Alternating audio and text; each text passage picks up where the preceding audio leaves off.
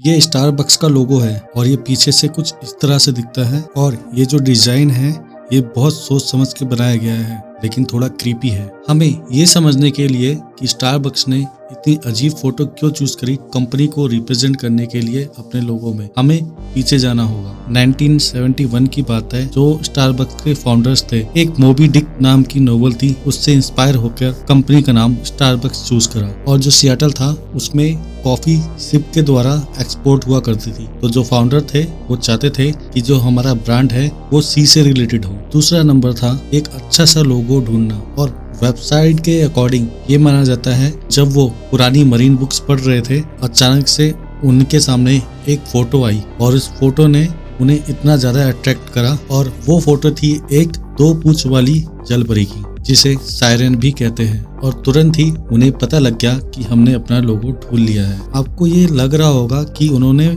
Siren को क्यों choose करा, क्योंकि वो समुद्र से रिलेट करती है, बट इसके पीछे एक बहुत ही डरावनी कहानी है। जो ग्रीक मैथोलॉजी है उसका ये कहना है कि सबसे पहले जो सायरन था वो एक पंछी था और उसके ऊपर एक औरत का चेहरा था, और कुछ टाइम बाद जो सायरन थी उसके जो पैर थे वो एक पंछी के थे और उसके पंख भी थे, और उसके कुछ टाइम बाद वो एक ड्रैगन टाइप की बीस्ट बन गई, और फाइनली फिर वो एक मरमेड बनी जिसे हम आज जानते हैं। और इन सब कैरेक्टर से गुजरने के बाद वो एक सुंदर जलपरी तो बनी, लेकिन वो खूंखार भी थी, और वो अपनी सुंदरता को इस तरह से यूज करती थी कि जो व्यापारी होते हैं, जो सेलर्स होते हैं, वो उनकी तरफ अट्रैक्ट हो और समुद्र में आ जाए। और वो जब गाती थी, जो व्यापारी होते थे वो अपने आप को कंट्रोल नहीं कर पाते थे उसकी तरफ अट्रैक्ट होने से, और वो समुद्र में कूद जाते थे और मर जाते थे। आपको ओडिसियस की कहानी तो याद होगी, जिसमें उसने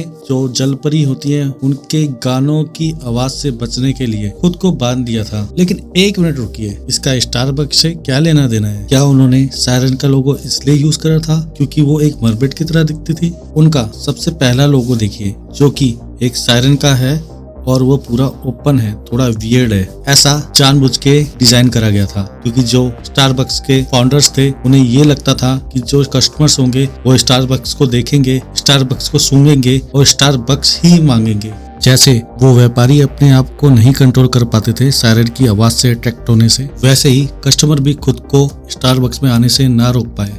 जो कंपनी के फॉर्मर चेयरमैन एंड सीईओ थे हार्वर्ड शुल्टज, उन्होंने ये लिखा कि ये लोगो हमने इसलिए रखा था जिस तरीके से आज की डेट में कॉफी पॉपुलर है, पहले के टाइम में सायरन पॉपुलर हुआ करती थी। और जैसे जैसे कंपनी ग्रो होने लगी तो कंपनी एक प्रॉब्लम फेस करने लगी। जब वो इस लोगो को अपने ट्रक पर लगाकर एडवर्टाइज करते थे तो थोड़ा वियर्ड लगता था, तो इस वजह से उन्होंने अपना डिजाइन रिक्रिएट करा, और अब वो अपना लोगो बिना किसी हेजिटेशन के ट्रकों पर लगाने लग गए थे। और देखते देखते 20 सालों में कंपनी और लोगो दोनों ही काफी पॉपुलर हो गए थे और चेंज भी। इनफैक्ट कंपनी इस क्रिएचर से बहुत ही ज्यादा प्यार करती थी। 2008 में जो कंपनी का सबसे पहले लोगो था वो दोबारा उसे लेकर आए, बट जो कस्टमर्स थे उन्हें बिल्कुल पसंद नहीं आया वो, और वो बिल्कुल फ्लॉप गया, और कंपनी को तुरंत ही उसे चेंज करना पड़ा। और स्टारबक्स ने इस चीज को अपनी वेबसाइट पे मेंशन भी नहीं करा कि उन्होंने लोगो चेंज करा था 2008 में। लेकिन